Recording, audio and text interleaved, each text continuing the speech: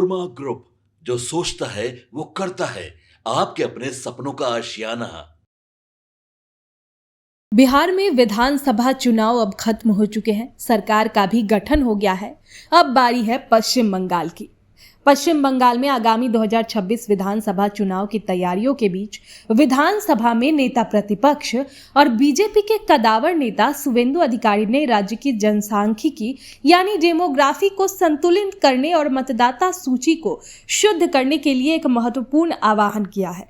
अधिकारी का ये बयान उनकी पार्टी के प्रमुख चुनावी एजेंडा को स्पष्ट करता है, जिसका मुख्य फोकस राष्ट्रीय सुरक्षा और शरणार्थियों के कल्याण पर है। शुवेंदु अधिकारी ने जोर देते हुए कहा कि राज्य की जनसांख्यिकीय संरचना में जिस तरह से बदलाव आया है, उसे रोकने के लिए तत्काल कदम उठाने की बेहद आवश्यकता है। नेता प्रतिपक्ष ने कहा कि उनकी मांग है कि मतदाता सूची से सभी घुसपैठियों के नाम हटाए जाए।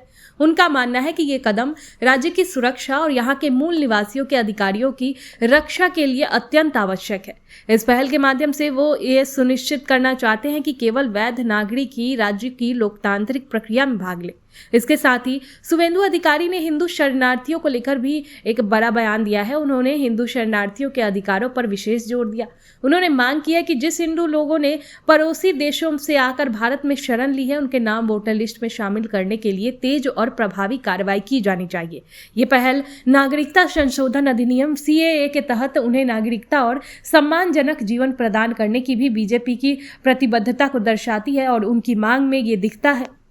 अधिकारी ने राज्य के लोगों को आश्वासन दिया है कि यदि भाजपा की सरकार सत्ता में आती है तो ये सुनिश्चित किया जाना जाएगा कि हिंदू शरणार्थी यहीं रहे और उन्हें सभी नागरिक अधिकार मिले। वहीं उन्होंने स्पष्ट किया कि घुसपैठियों को बाहर निकाला जाना चाहिए। ये संकल्प दिखाता है कि शुवेंदु अधिकारी राज्य के वैध निवासियों के हितों की रक्षा के लिए प्रतिबद्ध है।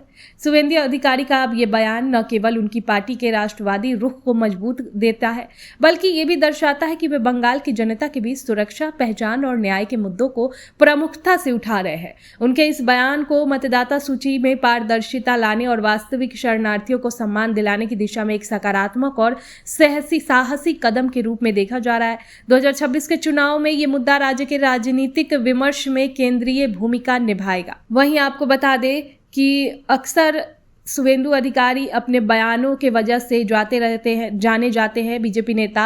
हालांकि राज्य की सीमा सुरक्षा और राष्ट्रीय सुरक्षा का हवाला देते हुए वो अपनी मांग पर डटे रहते हैं।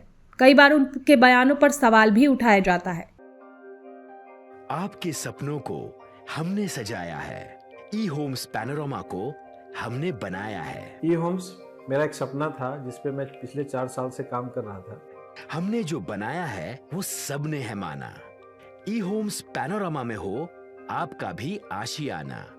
और फाइनली हमने 2021 में इस प्रोजेक्ट को लॉन्च किया। बहुत लोग अप्रिशिएट कर रहे हैं कि पूर्णिया जैसे शहर में, बिहार के, एक तो बिहार की बात करें उसमें भी पूर्णिया जैसे छोटे जगह में इस तरह का लाइफस्टाइल देना, ये सुन के हम लोगों को बहुत अच्छा लगता है।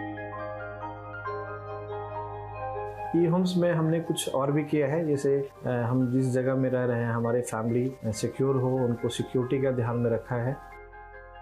आपकी सुविधा और सुरक्षा आपके लिए खास है, ये आपका विश्वास है। इसमें आर्टिफिशियल इंटेलिजेंस का 7 लेयर सिक्योरिटी का हमने इस्तेमाल किया है। लस ग्रीन कैंपस को बनाया है। यदि हमारा बाउंड्री वाल है तो वो वर्टिकल गार्डन है।